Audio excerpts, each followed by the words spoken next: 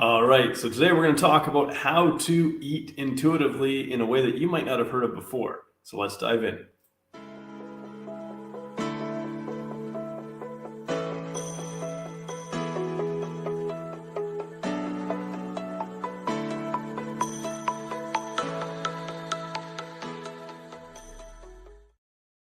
All right, welcome back. My name is Coach John McLernan here, and I like to share things with you that just help you make your relationship with food a lot easier. And that's my goal today. Before we dive into today's topic of how to eat intuitively, because I'm going to present it in a different way that I don't think it gets presented very often. Maybe it's because I'm presenting it from a masculine perspective. I don't know, but I think about intuitive eating a little bit differently. But as always, I like to share with you my free resources that I give out to anybody who wants to get help. The first one actually is if you want to connect with me on a chat one-on-one. So if something that I share with you, you find that it's helpful and like, hey, I'd like to figure out how to make this work for me. Great. You can just go to freedomnutrition.rocks/let's chat and we'll connect on a 30-minute chat free of charge. I'll help you figure out how to take this that I share with you today and turn it into something that works for you individually. I got a free book called Crush Your Cravings. You can go to freedomnutrition.rocks/book to get a free copy of my ebook, Crush Your Cravings. And I have my favorite thing, my 3 free 7-day challenges. So freedomnutrition.rocks/7-day challenge. You can go there. And of course, that'll give you an opportunity to try out any one of my 3 free challenges, whether it's End Emotional Eating, Build Your Roadmap, or Fat Loss Fundamentals. And so those are the resources that I share with you.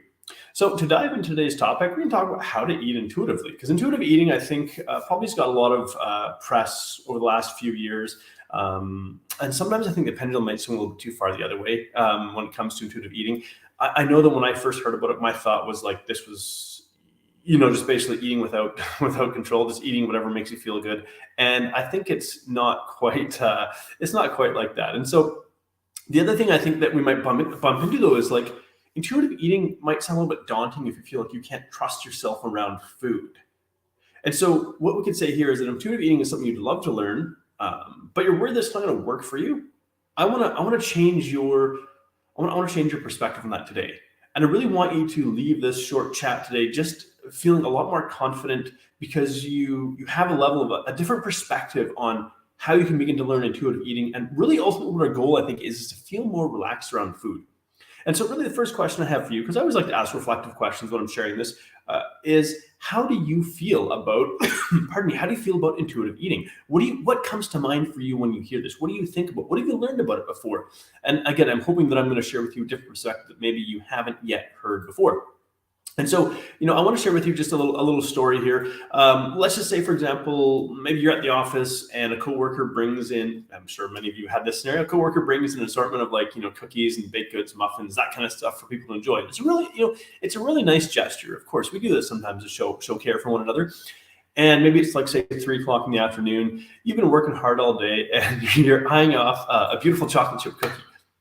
So what often happens for people, especially if weight loss is your goal, is as you start eyeing off that chocolate chip cookie, there's like this inner dialogue that starts. Maybe your inner food critic or food police, right?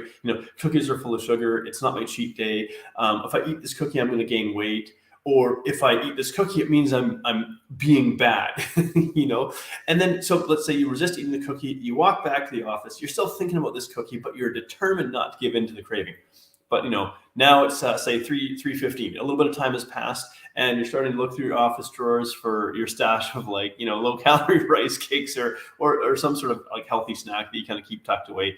Maybe you'd munch on a few and then munch on more. By the time 20 after 3 rolls around, the package is gone. And ultimately, you go back around the corner to your office, grab some candy, and so I think like what I'm sharing here though is that by the time you get around to, because eventually where the story is going to go, right? You end up eating that chocolate chip cookie, right? And it's like you went, in this little hypothetical story here, like you go through all this struggle just to end up eating the cookie. Anyways, but you've done quite a bit more, let's say damage. I don't want to say damage. It seems like a strong word, but there's been a lot more unhelpful behavior really between you and just eating that cookie. And then ultimately you feel racked with guilt for like having eaten a cookie or things like that. And actually we could probably ask that question, well, have you ever struggled with food guilt? This sort of internal tug of war tension that you feel in trying to trying to control your relationship with food. And it can feel like I want to eat this because I know it's going to taste good and I'm going to enjoy eating it, but I feel bad eating it because it's going to make me fat and it goes against my goals and all these kinds of things. And there's this just internal emotional struggle that's really just, it's not a lot of fun, you know? And so it's, how about we go back to our cookie story here? Maybe I want to share a different scenario, pardon me here. And so let's say that you, again, we'll use this office scenario where you see like this assortment of baked goods and that someone's brought in. And the chocolate chip cookie, it looks like pretty appealing to you. You pick one up and you take it to maybe a relaxing location that's not your office. Maybe where you work has a view out of the window there. You know, you sit down or you look out the window, you kind of just, enjoy the taste, the texture, the flavor. You enjoy and you savor every bite. Once you're done eating the cookie, you just walk back to the office and you finish the rest of your day. And so what I've kind of described here is two totally different experiences around a chocolate chip cookie. So what has changed? And really, it's this idea of intuitive eating. And when I started learning about intuitive eating, like it really felt like this scary idea at first. Like I lived like such a tightly restricted world around food, and letting go of food restrictions that I thought were, I don't know, keeping me safe. We often put these like rules and boundaries and things in place because we think they're going to keep us safe around food. And so the idea of like letting go of all of that is like, man, that made me feel like super uncomfortable. And let's ask that question. Does the thought, like maybe because of what you think of or see intuitive eating to be, does the thought of intuitive eating make you feel uncomfortable, scared, nervous, worried? What is this going to look like? Am I just going to like lose control because I take away these sort of, artificial restrictions that I've put in place or have been conditioned to kind of put in place, And so actually, but I figure, maybe it's a little bit helpful to take one step back and just give a bit of a definition around intuitive eating, because maybe there is some misconceptions about it, right? So what we could probably say is, in a nutshell, intuitive eating is this idea that you are the expert of your body. You're also the expert of its hunger signals. And so intuitive eating is really a very individual, like personal process, right? And like no two people are going to experience intuitive eating in the same way. And I think we could probably say like the underlying idea behind it is, eat when you're hungry, stop when you're satisfied. You have permission to eat, really like unconditional permission to eat without guilt. And you have permission to eat without managing emotions using food, And I think, again, when I first heard about this, I was really worried that if I started to eat like whatever I wanted, that I would lose, all like self-control, and any nutrition principles would just like fly out the window. And what I missed really is that like intuitive eating is much more nuanced than just eating whatever you want whenever you feel like it. And so I want to talk a little bit more practically about what intuitive eating can actually look like in a sense, because let's clarify it. And I almost sometimes like the word informed eating more than intuitive eating, but let's dive into a couple things. I just want to share 3 things with you around intuitive eating. The first one is this idea of eating when you're hungry.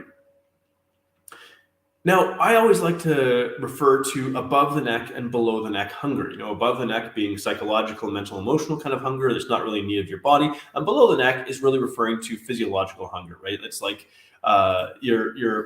you actually have a physical need for nourishment. So how do we learn how to eat when we're hungry? Because you think about the world that we live in, where we're just surrounded like almost like relentlessly by cues to eat. You think about driving on the road, how many billboards, scrolling social media, how many ads do you see? Like how many times are we given cues to eat that trigger us to eat when we're not really hungry, but it just sort of develops this craving for it. Like it would be crazy to count up like how many times we're given a cue or a reminder to eat. And it's like we get trained to, I don't really know a lot about Pavlov's experiment, but I've heard about the Pavlov's dogs things. I mean, we'd ring a bell and the dog would start salivating. It's like we're getting trained to, on cue, want to eat food. And of course, the food that we're being presented with is usually like junk food, fast food, all that kind of stuff. So going back to this idea of eating when you're hungry, I wonder if we really, like, I feel like we've really lost touch with what it actually feels like to be physically hungry, because we've also been maybe conditioned to like fear hunger, like ward it off with like a breadstick, like a sword, like don't you dare get like hungry or something dire or terrible is going to happen. one of the most famous ads, and I kind of don't want to name the company, but it was like, hungry, grab a candy bar. You're not yourself when you're hungry, and things like that. So just presenting like the feeling of hunger is something that should be feared, or we should be afraid of, or we should like fight to erase. And I really feel like that's done a major disservice. So this idea of eating when we're hungry, maybe the first thing we would often think about, if you think like, what does it actually feel like to be hungry, like genuinely physically hungry, where you need food? Sometimes, like probably the most common one we would think about is like a rumbling stomach, but that's not necessarily the only signal. You might also feel tired, struggling to focus, maybe even like a slight headache. And maybe you don't feel all these signals. You might feel different signals. Like hunger is really sort of an individual thing. But why not just spend a couple days, really just paying attention to how you feel physically, mentally, and emotionally when you haven't eaten for a few hours?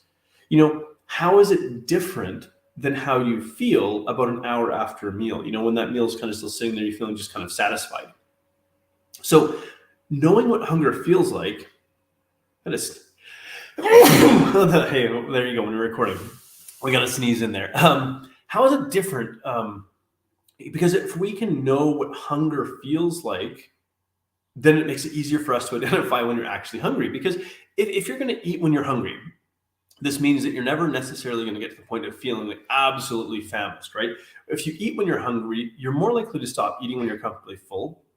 But really, I'd actually encourage you just to focus on hunger rather than fullness at the start, right? So this is idea of listening to your body's signals. And isn't this an interesting thought? Like, how do you feel about trying to listen to hunger?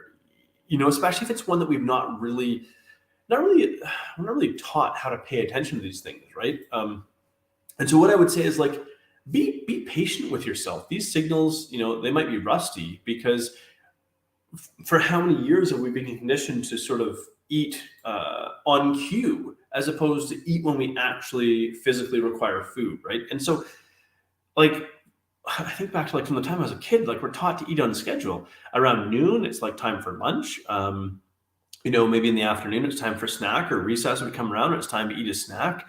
We also eat for entertainment when we're bored, when we're celebrating, or in response to cravings. So learning how to use hunger as a guide for like when to eat is actually one of the most helpful things that you could do to really kind of make peace with food. It's interesting because it's almost like you're telling your body that you care about it, so that you could like make, it sounds kind of funny to put it this way. It's like you make a promise to yourself and to your body that you will give it food when you're genuinely hungry. And then you can feel more relaxed about it. Think how many times we use language like, oh, I was starving. It's like this really urgent like situation here.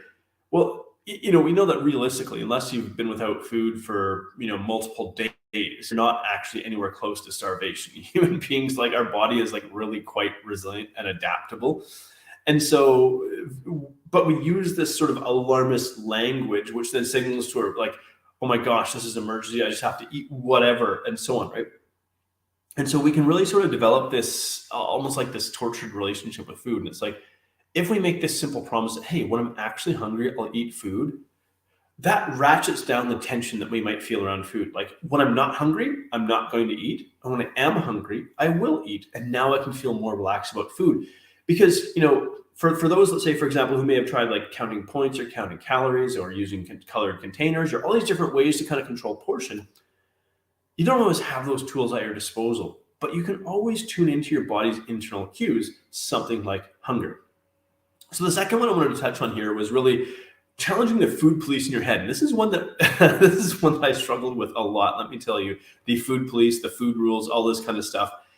And actually, I'm kind of curious if you've ever experienced the food police in your head, and if so, like, what do they have to say? Let's ask that one. Do you have food police in your head? And if so, like, what do they say? This is a really interesting one to reflect on, and more than that, reflect on, well, where did these ideas come from that this is what I'm supposed to do? So the second one here is challenge the food police in your head. So often our internalized thoughts about good and bad overrides the signals our bodies normally might send us about what we should eat. For example, maybe you think about what you want for lunch and the sandwich sounds best, but then, the food police chimes in and says something like, that's too many carbs, a salad would be better, and voices like that they might seem like they're coming from your intuition because they're coming from your own head, but really, if we think about like diet culture and the internalized messages that we've sort of picked up on, that like carbs are evil, and it's like, well, no, they're not. Like, yes, we probably overconsume, refined carbohydrates far too much in our society. Let's be real. But it's like, instead of just giving into these sort of food police type of voices, it's like, question them. You're allowed to, not every thought that enters your head is true. Isn't that an interesting thing to think about? Is that not every thought that enters your head is true? And so, instead of like just giving into these voices and being like, fine, I'll just eat the salad because, I don't want to get fat eating carbs or bread, and so on. So here's what you could potentially do is, whenever you have a food police thought, just like write it down. It'd be really, really like a different kind of food journal, like a food diary, right? Is like, whenever I think about eating, what does the food police say? And you'll actually start to notice patterns. Like, this is, and really look at it with curiosity rather than judgment. But you might identify that like there's certain foods that like the food police tells you not to eat. And you'll see patterns like when and how the food police kind of shows up. And so when you first start something like intuitive eating, I would say it's best to keep like your food choices fairly simple. And so in other words, if you have this idea that like, I'm hungry and I want to eat a sandwich, eat a sandwich. And then once you get more comfortable, you can start like paying attention to other things if you want. Whether it's nutrition, activities, and so on and so forth. But right now in the beginning, if you're going to challenge the food police, it's like, let's just keep it simple. Go with your first thought and don't second guess it. So the last thing I want to touch on today was really just about focusing on satisfaction. I think this has been one of the biggest game changers for me and for my relationship with food, is this idea of focusing on satisfaction. And because I think, and why I mention this is because for like such a long time, I felt so guilty about every mouthful of food that I ate that I could never truly enjoy what I was eating. And so it's like, once we can get past food guilt, our options for what to eat like kind of get expanded. When we don't have to like avoid or feel guilty about any foods, in one sense, and this is the part that's probably a little bit scary, it's like we can eat anything at any time. Now that's great, but it's also a lot of choice, right? And that can really sort of, again, throw us off kilter a little bit. But so we bring in this concept of like focusing on satisfaction. When you're deciding what to eat, it's funny because I just mentioned this, but like maybe you won't always eat the first thing that pops into your head. You'll decide on what sounds the most satisfying in the moment. I think that's where I want to take this, is you can decide, for example, maybe you've eaten a candy bar or a chocolate bar. And after you're done, you're like, man, it feels like I didn't even eat anything. Or maybe you eat like a bag of chips, and at the end of it, you feel like, like you just swallowed a bunch of air. Well, that's not really something satisfying to eat. And maybe you've noticed that like after you eat a couple of cookies or something like that, you start to feel sluggish. And so not only was it not satisfying to eat, but you think about how you feel after you've consumed that food. You start to feel sluggish, your blood sugar drops, and so, and let's say, for example, if you have like a busy, active day ahead, you probably want to choose something that feels more substantial and will keep you satisfied for longer. And very often it's going to involve like protein and vegetables, because these are the foods that sit with us for longer. They take a little bit more time to digest. They slow down the digestion of whatever it is that we eat. And so we tend to feel satisfied for longer. And so we're not necessarily on the, now going into like a hunger fullness diet, but really just this idea of knowing like what's going to give you the most satisfaction for what you need that day is also, I think, kind of what helps us decide when to stop eating. So, and this isn't to say things like, portion control and calorie counting, and some of these tools they can be useful, but it's like at some point in time, what I've observed in my work with people is that people don't want to do this for the rest of their life. They don't want to, like, calorie counting can help with like what I call resetting portion distortion. But in truth, nobody I've worked with like wants to do this for the rest of their life. So eventually you want to transition to a different way of eating, where you're not always using these external controls to guide, but you are starting to tune in more into what your internal signals are. And so when we think about something like focusing on satisfaction, it's like when you go to eat a food, make a note of like each bite. Like here's an example. For me, pizza was a trigger food. And I used to I'd smash like 8 to 12 pieces of pizza. Like it was just crazy how much I could eat. And now I can sort of sit down and eat 1 or 2 pieces of pizza and I feel incredibly satisfied afterwards. Part of it comes from just like slowing down my eating and just like tasting every bite and giving myself permission to taste every bite. The other thing that I've kind of noticed is I call it like, well, maybe you've heard of like the law of diminishing returns. And it's like every bite after the first one is not quite as good as that first one. And so eventually, like let's say the first bite is amazing, the next bite is really good, the next bite is pretty good, the next bite is okay, and so on. As you go down the line, you eventually reach a point where there is no more, there's like no more enjoyment coming from eating it. And it's like you're satisfied. You don't need to eat any more of it, you know? But it's like that sort of that feeling of being satisfied is really a signal that you've had enough to meet your body's needs. And the satisfaction so really this is about, again, you think about like getting rid of the food police, getting rid of the food guilt, and now giving yourself permission to truly eat for satisfaction and enjoyment.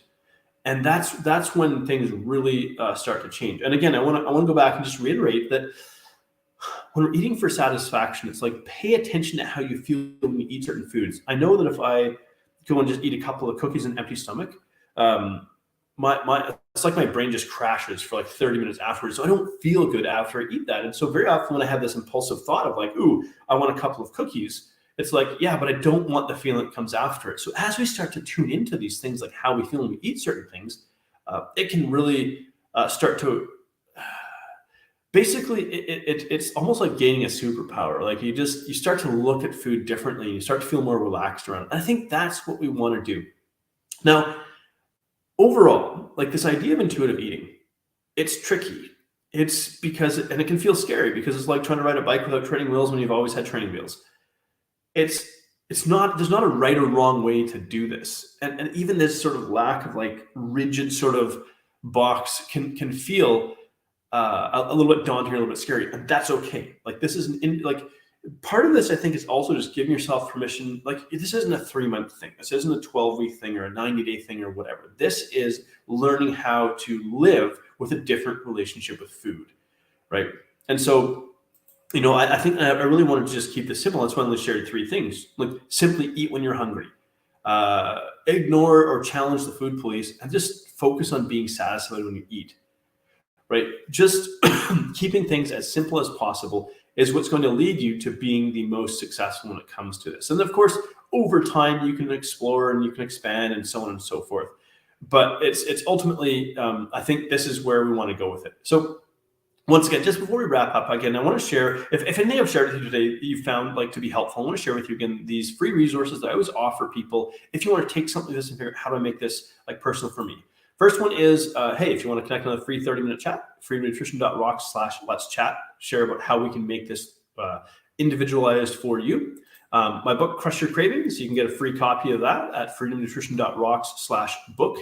And if you want to go to try any one of my free 7-day challenges, freedomnutrition.rocks/7-day challenge. So there we have it. How to eat intuitively. Hopefully this has given you a different perspective on it.